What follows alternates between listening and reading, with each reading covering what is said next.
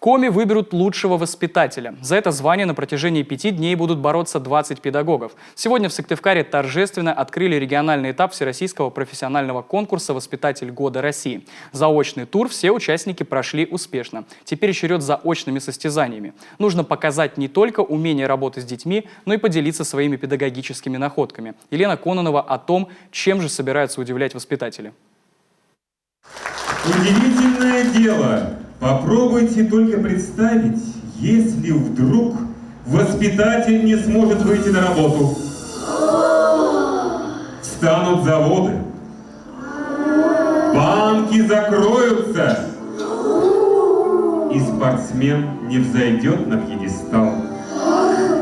А все потому, что ребенка оставить не с кем. Воспитатели – это те специалисты, кому родители доверяют самое ценное – свое чадо. Каждое утро педагоги первыми встречают малышей на пороге детского сада. И эти мгновения самые ответственные. Ведь именно от них зависит, как ребенок пойдет в группу и проведет весь день без мамы и папы. Вот почему каждому воспитателю важно расположить малыша, подобрать нужные слова, в том числе и для родителей, чтобы те не переживали. У каждого педагога свой подход и свои методики. Лучшие из них на конкурсе в этом году представят 20 воспитателей, как из городских, так и сельских дошкольных учреждений.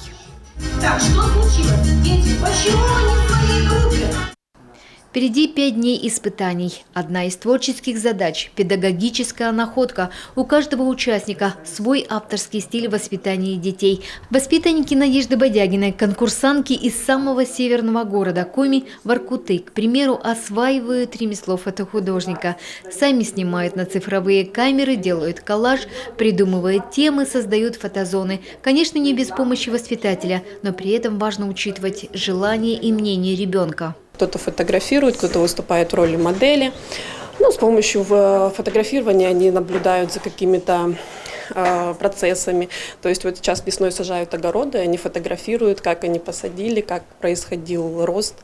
Основное испытание конкурса – занятия с детьми. Только на деле можно показать навыки работы с дошколятами, а далее педагогические мастерские, где участники поделятся своим опытом с коллегами. Впервые за 13 лет мастер-класс проведут аж 10 конкурсантов.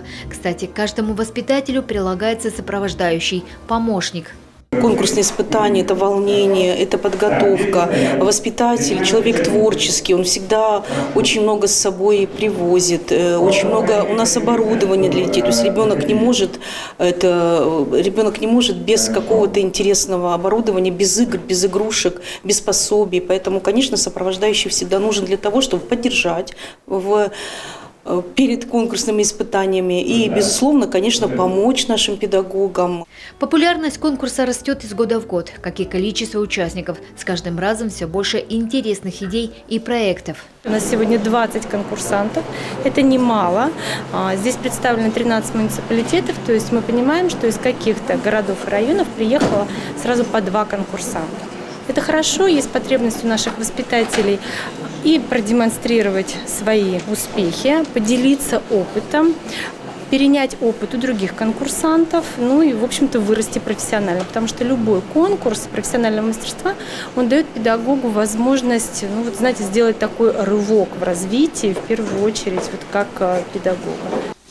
Под занавес состязаний участники сядут за круглый стол. Воспитатели предложат свое видение того, как решить те или иные задачи в их работе, где царит самая настоящая, яркая, самобытная и неповторимая часть жизни – детство. И зачастую во многом от педагогов зависит, каким человеком станет сегодняшний малыш. Елена Кононова, Павел Люлямин, телеканал Юрган.